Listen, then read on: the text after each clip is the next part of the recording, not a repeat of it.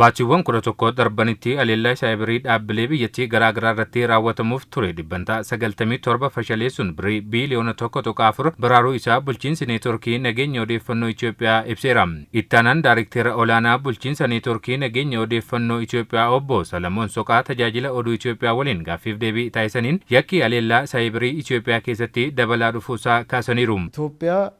ከ2011 ላይ የሳይበር ጥቃት በረኩማ ለማፍ ቆደተኮቲ አሊላን ሳይበር ኢትዮጵያ ረጌ ዲበቶርባፍ ሰገልተማዳ በረኩማ ለማፍ ቆደለማት ያሞ ኩመተኮፍ ሰዴተማ በረኩማ ለማፍ ቆደሰዲ አሊላ ራወተመን ኩማ ለማፊ ዲበሰገልቱረን በረከና ባቲዋን ቆደተኮ ዳርባን ኬሰት ቢይኬኛ አሊላ ሳይበር ኩማጃ ኬሱሜሲቴቲ የሚጠጉ ጥቃቶች ሀገራችን አስተናግዳለች በረባጀታ ከነኬሰስ ባቲወን ኩረቶኮ ደርበኒቲ አሌላን ሳይበሪ ይሮኩመጃ ቀቀቡ ኢታናን ዳይሬክተር ኦላና ቡልቺንሰ ኔትወርኪ ነገኝ ኦዴፈኖ ኢትዮጵያ ኦቦ ሰለሞን ሶቃ ኤረኒ አሌልቺ ሴክተራሌ ፊ ዳብሌ ገራገራረቲ ከንፉልፈተው ዱበቱም ባንኮችና የፋይናንስ ሰርቪስ ወይም የፋይናንስ አገልግሎት የሚሰጡ ተቋማት ዋና ኢላማ ናቸው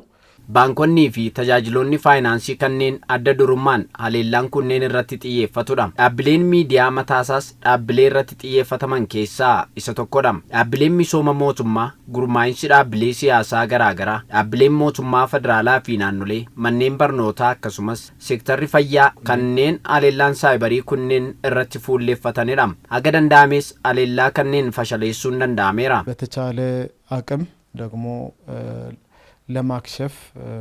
ተችሏል bulchiinsi neetworkii nageenya odeeffannoo Itoophiyaa haleellaa saayibarii kumajaa dhaabbilee biyyattii garaagaraa irratti qaqqabuuf ture dhibbantaa 97 fashaleessuun birrii biiliyoona 1.4 baraaruun kan danda'ame ta'uusaa obbo Salamoon kan isaan kaasaniim. ሀብት አለ ወደ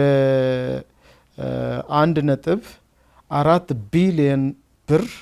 qabeenya nuyi baraarre ni jira kasaaraa haga birrii biiliyoona 1.4 sababaa kanaan qaqqabuuf ture hambisuu dandeenyeerra akka biyyaatti yoo ilaalle ammoo baatiiwwan 11 darbanitti birrii miiliyoona 29 dhabneerra sababuma kanaan kan baraaruu dandeenyees raadaarii keenyaatiin kanaaf dhimma xiyyeeffannoo barbaadu ta'uu asumaan ilaaluun ni danda'ama ምን ያህል ትኩረት ሊሰጠው የሚገባ ጉዳይ እንደሆነ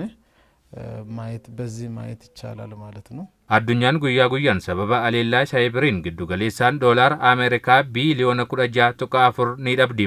Yakki haleellaa saayibarii yeroo yeroon dabaluu irraa kan ka'e bara 2015tti doolaar tiriliyoona 3 kan ture bara 2021tti gara doolaar tiriliyoona 6tti guddachuus danda'eera.